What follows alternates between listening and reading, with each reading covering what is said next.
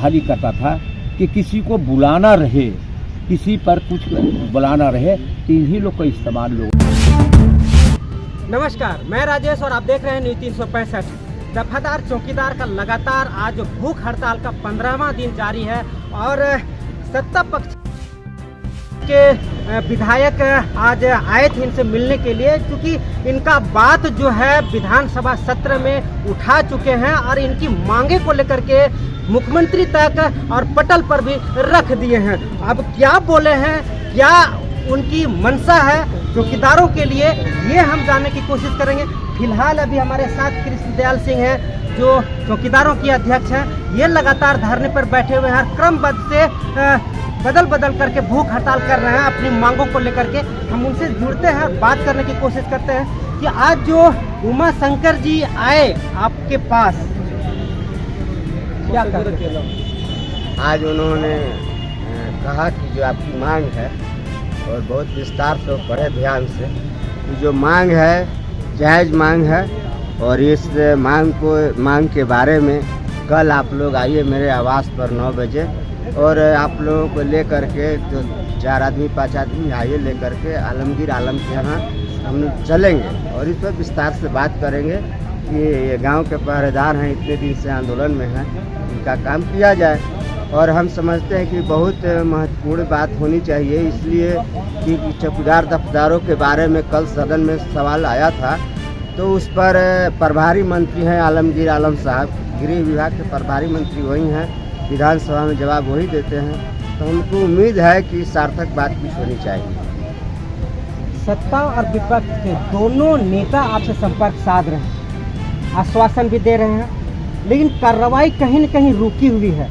आप भी कई बार ब्यूरोक्रेसी पर सवाल उठा चुके हैं। क्या लगता है, सरकार के अंदर ब्यूरोक्रेसी या फिर उन नेताओं या मंत्रियों की जो आवाज़ है उनके तक नहीं पहुंच पा रहा है? देखिए, यह जो काम है, आवाज़ है, हम लोगों की आवाज़ आप ही लोग पहुंचाने वाले हैं। और मुझको लगता है कि सत्ता पक्ष के हों या विपक्ष के हों, ये जो बुनियादी कर्मचारी हैं, इनकी जो समस्या है इसमें सबका सहयोग जरूरी है।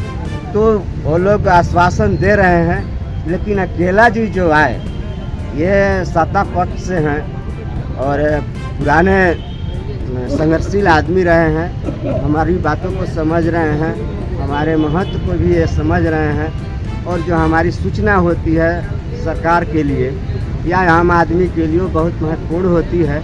तो हम समझते हैं कि जो बाधाएं आ रही होगी, उन बाधाओं को दूर करने में इस आंदोलन से इन लोगों को मदद मिलेगी। तो एक और हमारे साथ हैं, इनसे भी थोड़ा सा पूछ ले रहे हैं कि क्या लगातार धरने पे हैं आप, और ठंडे भी जोर से है और सरकार का सत्र भी चल रहा है, आपका आवाज़ सत्र में उठ चुकी है, क्या लगता है अब सरकार जागेगी? हमें उम्मीद है पूरे झारखंड राज्य दफादार चौकीदार पंचायत की ओर से सबसे पहले सदन में बात उठाने के लिए हमारे अमर बावरी जो नेता प्रतिपक्ष है उनको हम धन्यवाद देते हैं, और उनके अलावे जो भी हमारे बीच विधायक महोदय लोग आ रहे हैं सबको धन्यवाद देते हैं। आज हमारे बीच आए थे उमा शंकर अकेला जी, माननीय विधायक, हम इनको खास तौर से पूरे पंचायत की ओर से धन्यवाद देते हैं। इन्होंने हम लोगों को आश्वस्त किए हैं कि कल 9 बजे अपने आवास पर बुलाए हैं, और मंत्री आलमगीर आलम के यहाँ ले जा कर के प्रतिनिधिमंडल मिला करके बात कराने की बात कहे हैं। हमें उम्मीद है कि हम लोगों का जो मांग है, और खास करके हमारे जो सरकार के रहते हुए कई जिला में विज्ञापन निकाला गया है, हम सबसे पहले यही मांग करते हैं कि सबसे पहले विज्ञापन को रद्द किया जाए, रोका जाए, फिर बाद में हम लोगों को जो बाधाएं हैं उसको दूर करें, और पहले पुराने चौकीदारों के बीच पर पुराने चौकीदार को बहाली करें, फिर जो विज्ञापन निकाल कर बहाली करना है 120 घर में करें या 100 घर में करें, उनको हम स्वागत करते हैं। राजभवन पास धन्यवाद में सरकार की तरफ से कोई अभी तक शुभ लेने के लिए आज पहला बार लगता आप आए हैं, क्या कहेंगे, किस तरह से उनको मांग? नहीं, सबसे पहले तो मैं बताऊँगा कि चौकीदार और दफ्तरदार सबसे अंतिम व्यक्ति जब था, कोई उसमें नौकरी में जाना नहीं चाहता था, तो कारण था उस समय अंग्रेज़ों के राज से लगातार मुगलों के शासन से चौकीदार और दफ्तरदार को इसलिए बहाली करता था कि किसी को बुलाना रहे, किसी पर कुछ बुलाना रहे, इन्हीं लोग का इस्तेमाल लोगों ने किया था। आए बेचारे चौकीदार सबसे नीचे स्तर के फोर्थ ग्रेड के, उससे नीचे भी इन लोगों ने बहाल हुआ। और उस समय लगता होगा कितना 2 रुपया 1 रुपया मिलता होगा। देश की आज़ादी के बाद भी इसको लगता है 150 रुपया मिलता होगा, उससे ज़्यादा नहीं मिलता। 195 पर सरकारी हुई है। हाँ, सरकारी हुए। तो इस प्रकार से चौकीदार और दफ्तार जो है, और समझिए ये पुलिस के सबसे बड़े सूचना तंत्र सूचना तंत्र का अंग है। और सबसे ज़्यादा इन लोग अपने क्षेत्रों में दायित्व निभाने का काम करता है तो चौकीदार और दफ्तार करता है। पहले गरीबी जब थी तो हमारे इलाके में, गांव इलाके में काफ़ी चोरी डकैती होती थी, लेकिन चौकीदार बेचारा क्या करता था, डंडा ले लिया और सारे गांव में जाके सोया हो, चाहे वो गर्मी होता था, चाहे वो जाड़ा होता था, चाहे बरसात होता था। चौकीदार लोग अपने ड्यूटी पर खड़ा उतर करके लोगों को बचाने का प्रयास करता था। आज बेचारे चौकीदार दफ्तार की अपनी मांगों के लिए आज राजभवन के सामने ये बैठे हुए हैं। निश्चित तौर पे हम लोग की चिंता है, कारण है कि हम लोग इन्हीं परिवार के संसद से आते हैं। जो आदमी चौकीदार आज है यहाँ, उसी परिवार के हम लोग भी हैं, लेकिन हम लोग थोड़ा ऊपर हो गए हैं, तो हमारी चिंता इन लोगों के प्रति है। आप सत्ता पक्ष में हैं तो चौकीदारों के लिए आप क्या कर रहे हैं? मैं कह रहा हूँ कि मैं अभी आया और ये हम लोग विधानसभा में कई सवाल हुआ है चौकीदार के, और कई बार हम होम सेक्रेटरी को बुलाने का काम किए हैं। दीपिका पांडे जी, हम लोग इनको समाधान जो मनोज जिनको नौकरी से हटा दिया उसके बारे में भी हम लोग प्रयास कर रहा हूँ कि नौकरी हो।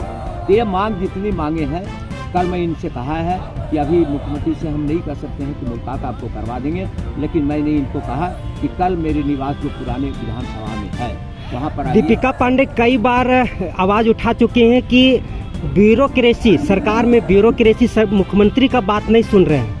दीपिका पांडे जो बोलती है मैं नहीं कर सकता हूँ, हम सरकार में हैं, हमारा ब्यूरोक्रेसी है। मेरा कहना है कि ये ऐसी बातें नहीं है, बोल देना है था। जब हम सरकार में हैं तो ब्यूरोक्रेसी को तो सुनना पड़ेगा, और यदि जो नहीं सुनता है तो हम यानी कि फेल हो गए सरकार चलाने में। तो दीपिका पांडे जी बोलती हैं, उनसे सवाल पूछिए। अकेला यादव से जो सवाल पूछना है वो पूछिए। नहीं, ये कह रहा था कि मुख्यमंत्री बोलता है कि ओबीसी एसटी को आगे करना है, लेकिन ज़्यादातर जो चौकीदार दफ्तार हैं ओबीसी एसटी से ही आते हैं। बिल्कुल, लेकिन फिर भी अभी तक कोई पहल नहीं हो पा रहा। मैं कह रहा हूँ कि मैं आया हूँ, इनका दुख दर्द समझा हमने। अभी तो 2 बजे से विधान चलेगा, लेकिन इसके बाद में भी मैं आ गया। मैंने कहा था कि भाई 1 बजे बंद होता है, मैं आऊँगा, और आया। तो मैं इनको आश्वासन दिया हूँ कि कल हम संसदीय कार्य मंत्री आलम साहब के घर पर मैं जाकर के इनके 5 साथियों को ले जाकर के कहूँगा कि माननीय मुख्यमंत्री जी, यदि जो इन गरीबों को दर्द आप नहीं समझोगे, इनका समस्या का समाधान नहीं करोगे, तो हमारी सरकार गरीबों की जो लागा रखता है कि दलितों की सरकार, मजदूरों की सरकार, किसानों की सरकार, अल्पसंख्यकों की सरकार, आदिवासियों की सरकार, बेरोजगारों की सरकार, महिलाओं की सरकार, तो फैसला क्यों बोलते हो भाई? इसके समस्या का समाधान करो। ये मैं कहूँ निश्चित तौर पे मैं आलम साहब के पास इनको बुलाया हूँ 9 बजे हमारे साथ। कैसे खरबपति से लड़ाई लड़के सदन में आया हूँ। 28 दिन हो गया हम लोग धरने पे बैठे हैं। हम लोग का मांग है सेवानिवृत्त चौकीदारों से बहाली करें और विभिन्न चौकीदारों को वापस। अब आपके पास सत्ता पक्ष के विधायक आ रहे हैं, कैसा लग रहा है? क्या मैंने हम लोग का अच्छा लग रहा है, वो लोग आश्वासन दे रहा है आपका काम होगा। तो लग रहा है कि काम होगा आपका? और देखिए अब सरकार पर ऊपर है। नाम बताइए। मेरा नाम कौशल।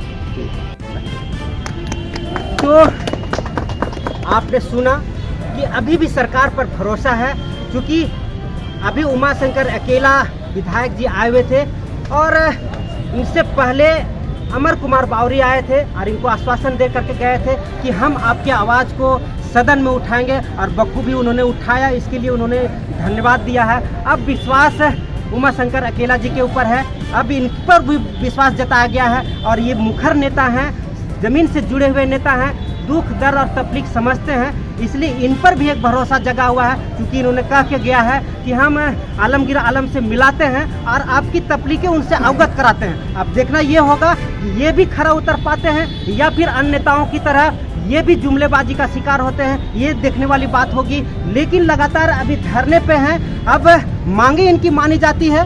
सत्र में सवाल उठ चुका है, लोग इनके पीछे लगे हुए हैं। अब लगता है कि चौकीदारों की जो मांग है वो पूरी होने के कगार पर है। लगातार इस न्यूज को देखने के लिए हमारे साथ बने रहें। हम सारे सवालों को और सारे घटनाओं को आपके साथ हम पहुंचाते रहेंगे।